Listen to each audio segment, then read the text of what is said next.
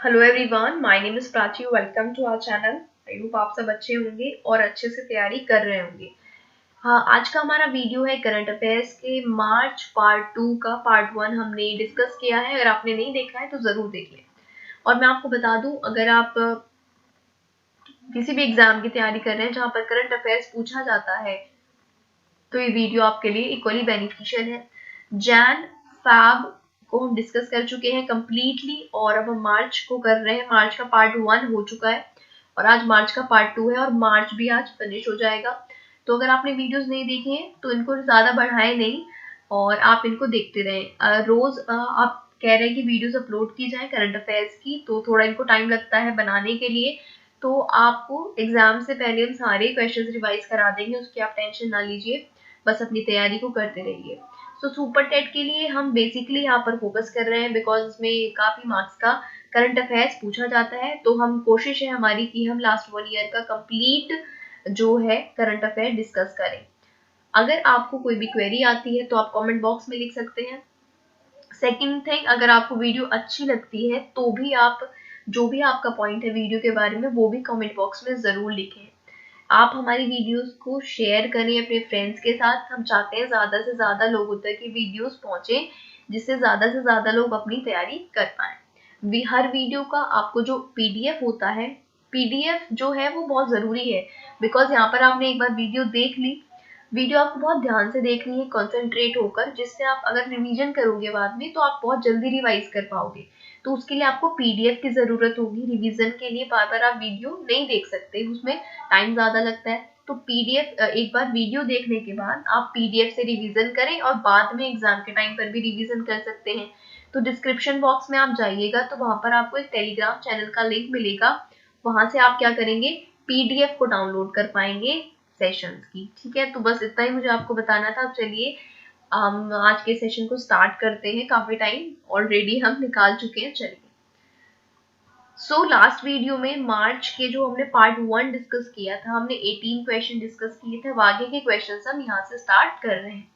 19 question हम start कर रहे हैं। जस्टिस एनवी रमणा ने देश के 48वें सीजीआई के रूप में शपथ ली है। सीजीआई होते हैं हमारे चीफ जस्टिस ऑफ इंडिया। जो हमारे सीजीआई होते हैं, चीफ जस्टिस ऑफ इंडिया होते हैं, हाल ही में 48वें बने हैं। कौन? Justice N V Ramana. तो आपको याद रखना है कि जस्टिस एन वी रमना हमारे देश के अगले सीजीआई बने हैं। और इम्पोर्टेंट ये है कि कौन से नंबर के बने हैं, तो 48वें नंबर के बने हैं। जस्टिस एन वी रमना 48वें सीजीआई बने हैं। ठीक है, उन्होंने हाल ही में क्या ली है, ओथ ली है, ये आपको ध्यान रखना है। 20th क्वेश्चन की बात करते हैं। पश्चिम मध्य रेलवे बन गया भारत का पहला पूर्ण विद्युतीकृत रेलवे जोन।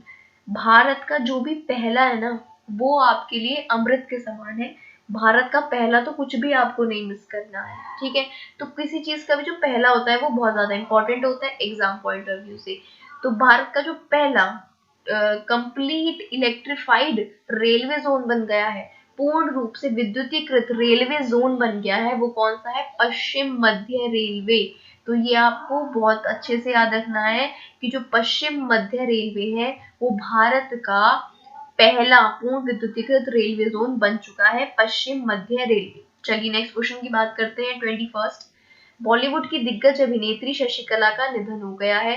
क्वेश्चन कैसे आएगा? हाल ही में शशिकला जी का निधन हुआ है, वो कौन थी? तो वो एक अभिनेत्री थी, वो एक एक्ट्रेस थी, ये आपको ध्यान रखना है। शशिकला जी कौन थी? एक अभिनेत्री थी, ये आपको ध्यान रखना है। 22nd क्वेश्चन की बात करते हैं।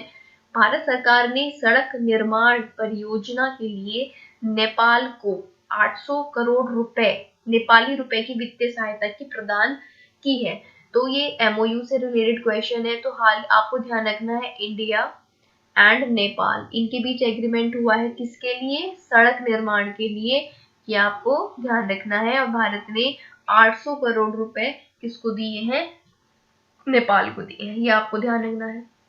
23rd क्वेश्चन की बात करते हैं। भारत वर्ष 2025 तक टीबी मुक्त होगा।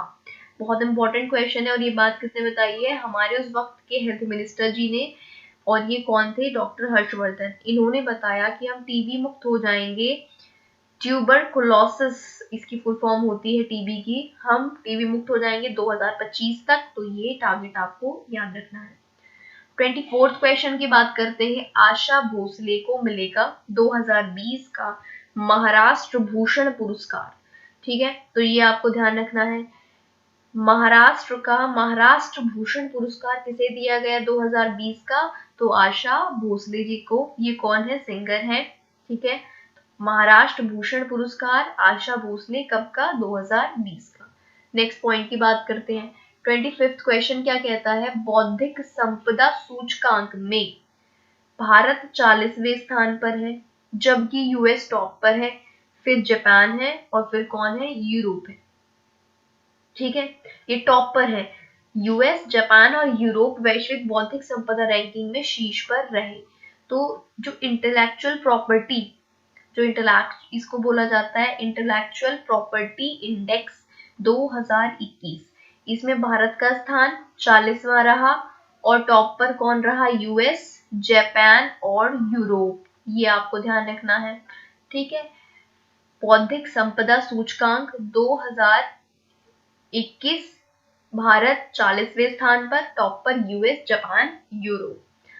नेक्स्ट क्वेश्चन की बात करते हैं। 26, बांग्लादेश के ढाका और पश्चिम बंगाल के न्यू जलपाईगुड़ी को आपस में जोड़ने वाली एक नई यात्री ट्रेन का प्रधानमंत्री मोदी जी और उनकी बांग्लादेशी समकक्ष यानी कि बांग्लादेश की पीएम शेख हसीना ने वीडियो कॉन्फ्रेंस से उद्घाटन किया। और मोदी की बांग्लादेश की यात्रा के दौरान मिताली एक्सप्रेस चलाने की घोषणा की गई है। तो यहाँ से क्या क्वेश्चन अराइज होगा कि बांग्लादेश के तो ढाका से, तो पश्चिम बंगाल की किस जगह से ट्रेन शुरू हुई है? तो न्यू जलपाईगुड़ी से। ये प्लेस आपको ध्यान रखना पड़ता है। बांग्लादेश के ढाका से और पश्चिम बंगाल के न्यू जलपाईगुड़ी से ट्रेन शुरू की गई है और मिताली एक्सप्रेस चलाने की घोषणा की गई है। ये आपको ध्यान रखना है। क्वेश्चन ऐसे पूछा जा सकता है कि हाल ही में मिताली एक्सप्रेस को भारत को किस देश से जोड़ेगी? तो मिताली एक्सप्रेस भारत को जोड़ेगी किससे? बांग्लादेश से। ये आपको ध्यान रखना है। चलिए 27th क्वेश्चन की बात करते हैं। नॉर्वे में निर्मित होगी दुनिया की पहली शिप टनल। तो ये दुनिया का जो पहला होता है ना, ये भी बहुत इंपॉर्टेंट होता है। तो दुनिया की, वर्ल्ड की पहली शिप टनल कहाँ पर बनने जा रही है? तो आपको याद रखना है नॉर्वे। दुनिया की पहली शिप टनल कहाँ बनने जा रही है? Norway, Norway, Norway. ये आपको ध्यान रखना है, नॉर्वे दुनिया की पहली शिप टनल। 28 क्वेश्चन की बात करते हैं। बिजली मंत्री आर.के. सिंह ने वाराणसी में ग्राम उजाला कार्यक्रम की शुरुआत की। तो हाल ही में ग्राम उजाला कार्यक्रम की शुरुआत किसने की? तो जो हमारे बिजली मंत्री आर.के. सिंह है उन्होंने की है। ये आपको ध्यान रखना है। अब हो सकता है ये चेंज हो गए हो, ये मुझे अभी इंफॉर्मेशन नहीं है कि अब भी यही है या चेंज हो गए हैं, लेकिन उस समय बिजली मंत्री आर.के. सिंह थे और इन्होंने ग्राम उजाला कार्यक्रम की शुरुआत की। कहाँ पर? वाराणसी में। चलिए नेक्स्ट क्वेश्चन की बात करते हैं। 29, वरिष्ठ साहित्यकार शरद पगारे को 2020 के लिए के बिरला फाउंडेशन की तरफ से व्यास सम्मान की घोषणा की गई है। ये सम्मान 2010 में आया। उनके उपन्यास पाटलिपुत्र की समाप्ति के लिए उनको दिया गया है। तो इसमें क्या इंपॉर्टेंट है? पहली बात तो ये क्वेश्चन इंपॉर्टेंट है क्योंकि सरस्वती सम्मान, व्यास सम्मान जरूर एग्जाम में पूछा जाता है। तो व्यास सम्मान 2020 शरद पगारे को दिया गया। किसके लिए? पाटलिपुत्र की समाप्ति के लिए उनको दिया गया। 2020 का व्यास सम्मान शरद पगारे को पाटलिपुत्र की समाप्ति, उनके उपन्यास के लिए उन्हें दिया गया है। और ये जो सम्मान है, ये जो अवार्ड है 2010 में शुरू हुआ था, तो 2010 में शुरू किया गया था। तो ध्यान रखना 2020 का व्यास सम्मान शरद पगारे पाटलिपुत्र की समाप्ति के लिए दिया गया। 30th क्वेश्चन की बात करते हैं। फिच रेटिंग्स ने 21-22 के लिए भारत की वृद्धि दर को बढ़ाकर 12.8% कर दिया है। कुछ इंपॉर्टेंट रेटिंग एजेंसी जो होती है उनके आप हाल ही के डेटा को देखकर जाना एग्जाम में, जैसे फिच है या फिर इकरा है। कुछ इंपॉर्टेंट आरबीआई है, एसबीआई। तो ये जो भी हमारी जीडीपी फोरकास्ट करता है, तो कुछ एजेंसीज की इंपॉर्टेंट होती है। और मैं आपको सजेस्ट करूंगी एग्जाम से कुछ टाइम पहले की जो रिसेंट होगी वो आप उसको पढ़कर जाइएगा। 31st क्वेश्चन की बात करते हैं। केंद्रीय मंत्रिमंडल ने जल क्षेत्र में भारत और जापान के बीच सहयोग ज्ञापन को मंजूरी दी है। हाल ही में जल क्षेत्र में भारत का किस देश के साथ समझौता हुआ है? तो वो आंसर आपका हो जाएगा जापान। तो क्वेश्चन इस तरह से आपसे पुटअप होगा कि भारत और जापान का किस क्षेत्र में समझौता हुआ है? तो आप कहोगे जल क्षेत्र में। आपसे पूछा जाए भारत का जल क्षेत्र में किसके साथ एग्रीमेंट हुआ है, तो आपका आंसर होगा जापान के साथ हुआ है। चलिए नेक्स्ट क्वेश्चन की बात करते हैं। 67th राष्ट्रीय फिल्म पुरस्कार सेरेमनी आयोजित की गई, यानी कि 67वां जो नेशनल फिल्म अवार्ड होते हैं वो यहाँ पर क्या हुए, उनका आयोजन किया गया। तो कौन सा? 67वां। फिल्म फेयर अवार्ड कौन सा था? 66वां। और यहाँ पर राष्ट्रीय फिल्म पुरस्कार कौन सा है? 67वां। तो ये भी आयोजित किया गया। अब इसके भी इम्पोर्टेंट जो अवार्ड है उसको हम देख लेते हैं। तो अगर हम नेशनल फिल्म अवार्ड की बात कर रहे हैं, राष्ट्रीय फिल्म पुरस्कार 67वें 67। यहाँ पर बेस्ट एक्ट्रेस का अवार्ड दिया गया है कंगना रनौत को, मणिकर्णिका और पंगा मूवी के लिए, दोनों के लिए कंगना रनौत को बेस्ट एक्ट्रेस का अवार्ड दिया गया है।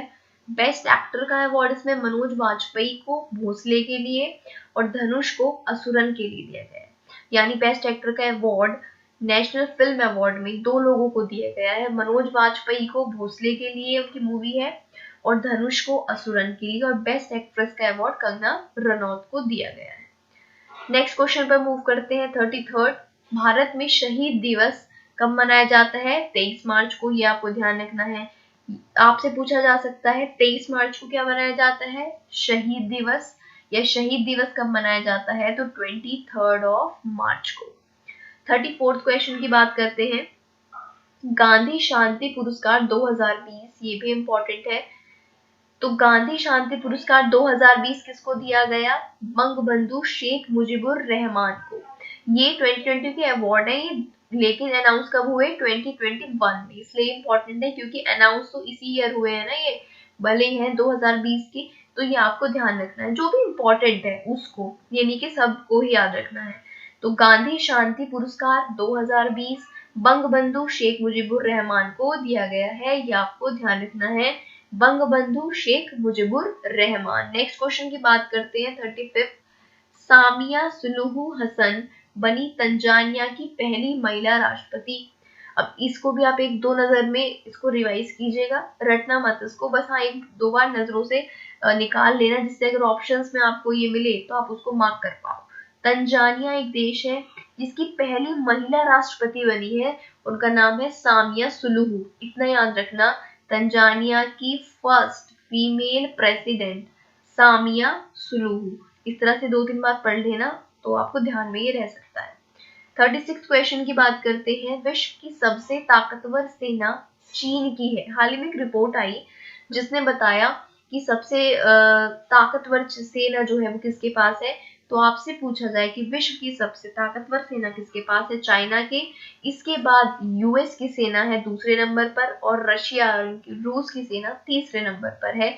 यानी कि सबसे जो ताकतवर सेना है वो चाइना की है, चाइना के बाद यूएस की है, और यूएस के बाद रशिया की है। तो ये 3 कंट्री आपको तीनों याद रखनी है, China, US and Russia. CUR से आप याद रख सकते हैं। C for China, U for US, R for Russia. चलिए 37 क्वेश्चन की बात करते हैं। World happiness report 2021, very important question again. World happiness report आ चुकी है 2021 की। इसमें फिनलैंड लगातार चौथी बार दुनिया का सबसे खुशहाल देश बना है। लगातार 4 सालों से पूरे वर्ल्ड का जो सबसे खुशहाल देश रहता है, हैप्पीनेस रिपोर्ट में जो टॉपर रहता है वो फिनलैंड रहता है।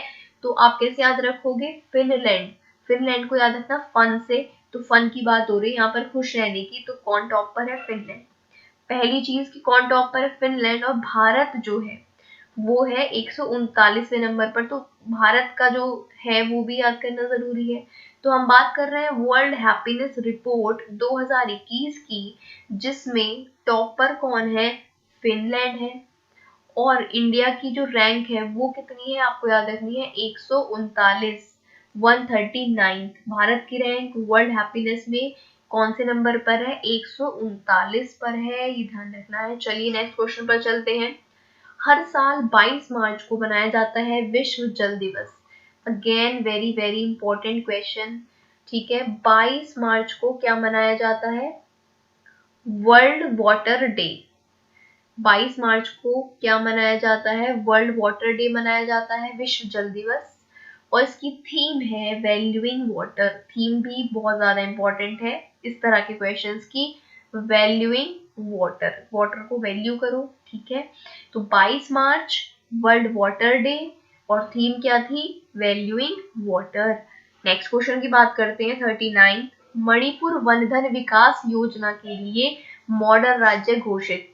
तो वन धन विकास योजना के लिए मॉडल राज्य कौन सा घोषित हुआ है? आपसे ऐसे क्वेश्चन पूछा जाएगा। वन धन विकास योजना के लिए मॉडल राज्य के रूप में कौन चुना गया है? कौन चुना गया है? तो वो है मणिपुर स्टेट। ये आपको ध्यान रखना है। मणिपुर स्टेट मॉडल राज्य बना है कौन सी योजना के लिए? वन धन विकास योजना के लिए। चलिए नेक्स्ट क्वेश्चन पर चलते हैं 40th। भारत और मालदीव के बीच खेल और युवा मामलों के क्षेत्र में एमओयू पर हस्ताक्षर हुए हैं, यानी कि इंडिया एंड मालदीव्स, इनके बीच में किस चीज में एग्रीमेंट हुआ है? तो स्पोर्ट्स के फील्ड में क्या हुआ है? एग्रीमेंट हुआ है। खेल और युवा मामले, जो भी स्पोर्ट्स और यूथ अफेयर से रिलेटेड चीजें हैं, उसके लिए एग्रीमेंट हुआ है भारत का और मालदीव्स का खेल और युवा मामलों के क्षेत्र में। ये आपको ध्यान रखना है। तो भारत का मालदीव्स के साथ किस क्षेत्र में एग्रीमेंट हुआ है? खेल और युवा मामलों के क्षेत्र में। चलिए 41st की बात करते हैं। तंजानिया के राष्ट्रपति जॉन मैगफुली का निधन। अभी हमने तंजानिया की पहली महिला राष्ट्रपति की बात की। अब हम तंजानिया के राष्ट्रपति के निधन की बात कर रहे हैं और ये है जॉन मैगफुली। तो जॉन मैगफुली का निधन हुआ है। ये किस देश के राष्ट्रपति थे? आपसे क्वेश्चन पूछा जाएगा तो आपको जवाब देना है तंजानिया के राष्ट्रपति थे। आप इस तरह से याद रख सकते हैं कि आप मूंगफली लेने तंजानिया गए तो मूंगफली से मैगफुली आप याद रख सकते हैं। तो ये क्वेश्चन आपका यहाँ से हो जाएगा। 42nd क्वेश्चन की बात करते हैं। युजवेंद्र चहल T20 इंटरनेशनल में भारत के लिए सबसे ज्यादा विकेट लेने वाले गेंदबाज बने और यहाँ पर हम बात कर रहे हैं मार्च की, तब का डेटा है। ठीक है, तो युजवेंद्र चहल को आप जानते होंगे अगर आपको क्रिकेट की थोड़ी बहुत भी जानकारी है। तो T20 में कब कौन से फॉर्मेट की बात हो रही है? T20 की। भारत के लिए सबसे ज्यादा विकेट लेने वाले गेंदबाज बने युजवेंद्र चहल। कब कौन से फॉर्मेट में? T20 में। नेक्स्ट क्वेश्चन की बात करते हैं 43rd। पद्म विभूषण से सम्मानित चित्रकार लक्ष्मण पाई का निधन हो गया है। आपसे क्वेश्चन कैसे पूछा जाएगा कि लक्ष्मण पाई जी का निधन हो गया है, वो कौन थे? तो वो थे एक चित्रकार। लक्ष्मण पाई जी कौन थे? चित्रकार। बस आप ये दो वर्ड याद रखिए, लक्ष्मण पाई चित्रकार थे। इस तरह से आप 2-3 बार बोलेंगे तो आपको ये याद रह जाएगा। 44th क्वेश्चन की बात करते हैं। मिताली राज अंतरराष्ट्रीय क्रिकेट में 10,000 रन बनाने वाली पहली भारतीय महिला बनी है। मिताली राज को भी आप जानते होंगे अगर आप विमेन क्रिकेट में थोड़ा बहुत भी इंटरेस्टेड है या उसकी न्यूज देखते हैं। तो मिताली राज जो है वो अंतरराष्ट्रीय क्रिकेट में 10,000 रन बनाने वाली पहली भारतीय महिला बनी है। ये आपको ध्यान रखना है, यानी कि पहली भारतीय महिला जिन्होंने अंतरराष्ट्रीय क्रिकेट में 10,000 रन बनाए हैं वो कौन है? मिताली राज है। ये आपको ध्यान रखना है। 45th क्वेश्चन की बात करते हैं। कैबिनेट ने बीमा क्षेत्र में विदेशी निवेश की सीमा 74% तक बढ़ाने को मंजूरी दी है। इंपॉर्टेंट क्वेश्चन है अगेन, यानी कि बीमा क्षेत्र में जो फॉरेन इन्वेस्टमेंट है, एफडीआई जो होता है ना, फॉरेन डायरेक्ट इन्वेस्टमेंट, बाहर की जो कंट्री है वो जब हमारे देश में इन्वेस्टमेंट करती है तो उसको विदेशी निवेश कहा जाता है। तो बीमा क्षेत्र में जो विदेशी निवेश है वो बढ़कर हो गया है 74%। पहले ये कम था, लेकिन अब जो है बीमा क्षेत्र में इंश्योरेंस सेक्टर की बात हो रही है, इंश्योरेंस सेक्टर में जो एफडीआई हो गई है वो कितनी हो गई है? 74%। ये आपको ध्यान रखना है। इंश्योरेंस के क्षेत्र में, बीमा क्षेत्र में एफडीआई 74% तक बढ़ा दी गई है। 46 क्वेश्चन की बात करते हैं। प्रधानमंत्री मोदी को 5 मार्च को सेरावीक वैश्विक ऊर्जा और पर्यावरण लीडरशिप अवार्ड से नवाजा गया। तो आपसे पूछा जाएगा 2021 में सेरावीक वैश्विक ऊर्जा और पर्यावरण लीडरशिप अवार्ड किसको दिया गया? तो पीएम मोदी जी को दिया गया। अगेन इंपॉर्टेंट क्वेश्चन, इसको भी आपको जरूर याद रखना है। तो अवार्ड का नाम है सेरावीक वैश्विक ऊर्जा और पर्यावरण लीडरशिप अवार्ड और किसको दिया गया? पीएम मोदी जी को। ये आपको ध्यान रखना है। चलिए नेक्स्ट क्वेश्चन की बात करते हैं। 47 केंद्र सरकार ने ईज ऑफ लिविंग इंडेक्स जारी किया 2020 का। हमारी जो सेंट्रल गवर्नमेंट है वो ईज ऑफ लिविंग इंडेक्स जारी करती है और ये 2020 का जारी हुआ है। इस सूची में कर्नाटक की जो राजधानी है बेंगलुरु वो टॉप पर है। बेंगलुरु किस में टॉप पर है? ईज ऑफ लिविंग इंडेक्स में, यानी कि हमारे देश में जो रहने की सबसे अच्छी जगह है अकॉर्डिंग टू दिस रिपोर्ट वो क्या है? वो है बेंगलुरु। ये आपको ध्यान रखना है। बेंगलुरु को 10 लाख से ज्यादा आबादी वाले शहरों में रहने के लिए देश का सबसे अच्छा शहर माना गया है। 10 लाख से ज्यादा आबादी है बेंगलुरु की, तो दो इसमें कैटेगरीज होती है। जैसे एक होती है 10 लाख प्लस यानी 10 लाख से ज्यादा पॉपुलेशन, और एक होती है 10 लाख से कम पॉपुलेशन। तो 10 लाख से ज्यादा पॉपुलेशन में जो टॉप पर शहर है वो बेंगलुरु है, लेकिन 10 लाख से कम की आबादी में हिमाचल प्रदेश की राजधानी शिमला को सबसे अच्छा शहर माना गया है। तो ईज ऑफ लिविंग इंडेक्स 2020 में कौन टॉप पर रहा? बेंगलुरु 10 लाख से ज्यादा की जनसंख्या में, और 10 लाख से कम की जनसंख्या में हिमाचल प्रदेश का जो शिमला है वो क्या रहा है? टॉप पर रहा, यानी कि रहने योग्य सबसे अच्छी जगह मानी गई है। 48 क्वेश्चन की बात करते हैं। केंद्रीय मंत्रिमंडल ने कृषि क्षेत्र में सहयोग हेतु भारत और फिजी के बीच समझौता किया है। यानी कि भारत और फिजी जो कंट्री है इनके बीच किस चीज को लेकर समझौता हुआ है? एग्रीकल्चर के फील्ड में, यानी कि कृषि क्षेत्र में। तो इंडिया और फिजी के बीच में एग्रीकल्चर सेक्टर में एग्रीमेंट हुआ है, यानी कि कृषि क्षेत्र में एग्रीमेंट हुआ है भारत और फिजी के बीच। 49 क्वेश्चन की बात करते हैं। झारखंड सरकार ने ई पास के लिए मोबाइल ऐप प्रज्ञाम लॉन्च की है। तो प्रज्ञाम एक मोबाइल ऐप है जिसको कौन से स्टेट ने लॉन्च किया है? प्रज्ञाम को किसने लॉन्च किया है? झारखंड ने लॉन्च किया है। ठीक है, किसके लिए? ई पास बनाने के लिए। ई पास बनवा सकते हैं आप इस ऐप से। तो प्रज्ञाम ऐप को आपने याद रखना है। कौन से स्टेट ने लॉन्च किया है? झारखंड ने। प्रज्ञाम झारखंड, ये आपको ध्यान रखना है। 50th क्वेश्चन की बात करते हैं। इजराइल के हिलेल फ्रुस्टनबर्ग और रूस के अमेरिकी ग्रेगरी मार्गुलिस को 2020 का एबल पुरस्कार दिया गया। देखिए जो अवार्ड है एबल अवार्ड या एबल प्राइज इसको बोलते हैं। एबल प्राइज ये भी इंपॉर्टेंट है, एग्जाम में एबल प्राइज पूछा जाता है। ये मैथमेटिक्स के फील्ड में दिया जाता है, मैथ्स के फील्ड में। ठीक है, एबल प्राइज कौन से फील्ड में दिया जाता है? मैथ्स के।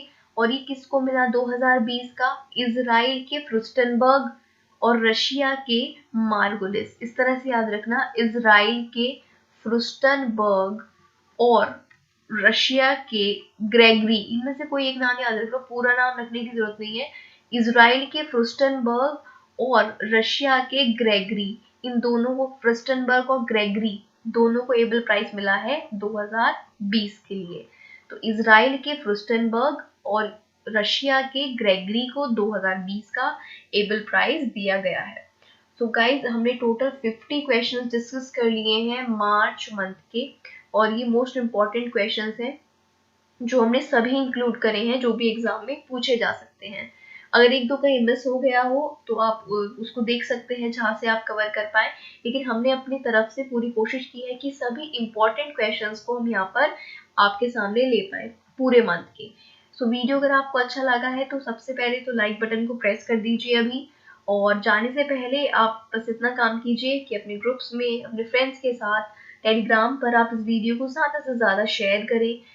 और चैनल को अगर अभी तक आपने सब्सक्राइब नहीं किया है तो सबसे पहले तो आप सब्सक्राइब कर लें और बेल आइकन को प्रेस कर लें, डू सब्सक्राइब स्कॉलर अनुभव, एंड आपको सब्सक्राइब करना है और विजिट भी करना है सिलेक्शन मेट। ये मेरा ही एक चैनल है जहां पर आपको वेरियस वीडियोस मिल जाएंगे। जल्दी से नई वीडियो में आपको मिलेंगे अगले मंथ के साथ। वीडियो अगर अच्छी लगी है तो कमेंट करके भी जरूर बताएं। Thank you for watching the video.